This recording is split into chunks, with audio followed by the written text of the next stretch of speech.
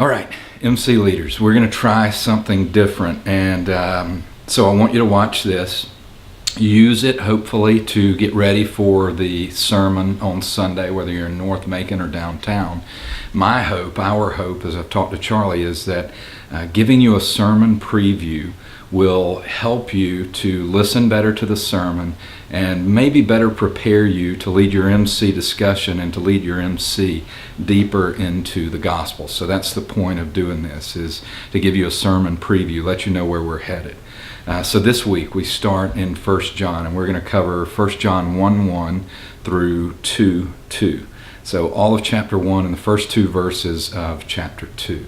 Now, my outline is on the board behind me where I've been working on it. I've talked with Andy, I've talked with Lawrence. We're all headed in the same direction with the same big ideas. And here's what we want to do this week, is we want to drive people ultimately, bottom line, to see that their desire for satisfaction, their desire for joy, and their deep need and longing for community and belonging can only be found in Christ.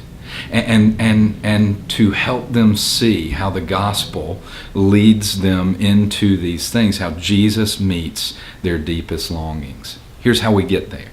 In the first 4 verses, John introduces his letter, and immediately he jumps in with Jesus as our hero.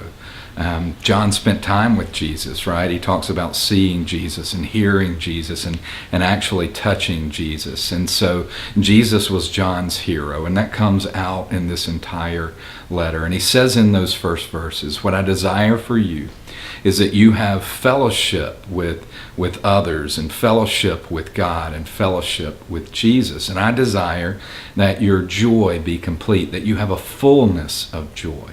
The joy that he's talking about isn't just a happiness for the moment or a being bubbly all the time. What he's talking about is a deep satisfaction, no matter what the circumstances are. I am deeply content and satisfied. John desired that for his readers. And then the fellowship that he talks about. The word that he uses is a Greek word, koinonia. And that kind of fellowship isn't like a church fellowship. It's much more like what our missional communities should be like, right? Where there is a deeper connection with the people around us. The truth is, all of us, inside the church or outside of the church, followers of Jesus or not, Buddhist, atheist, it doesn't matter.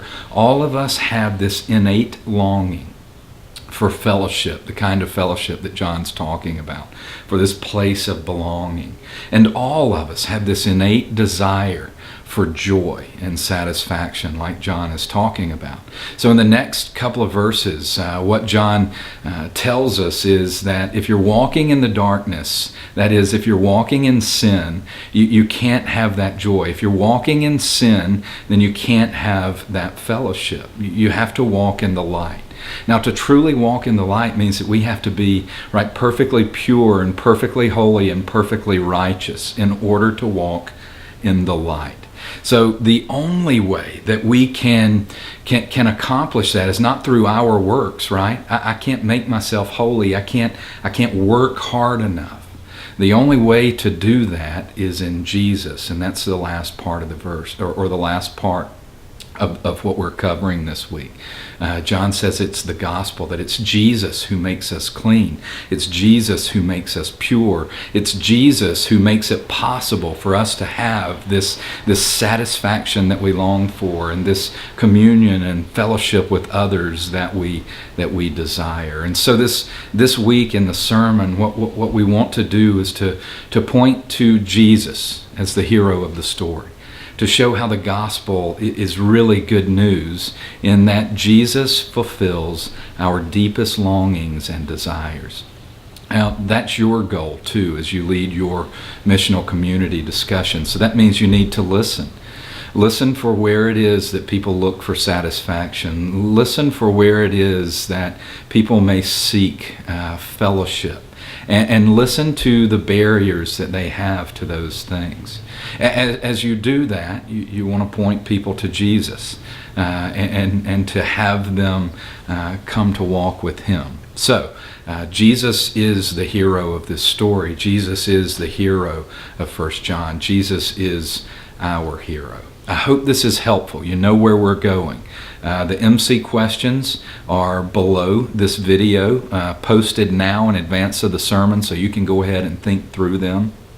If you have any questions leading up to the sermon or after the sermon, feel free to post them here on The City, or if you'd like, you can give me a call or send me an email. However, and let's talk about the questions as we seek to lead New City Church deeper and deeper into the gospel and closer to Jesus. All right, thanks, guys. Thanks for all that you do.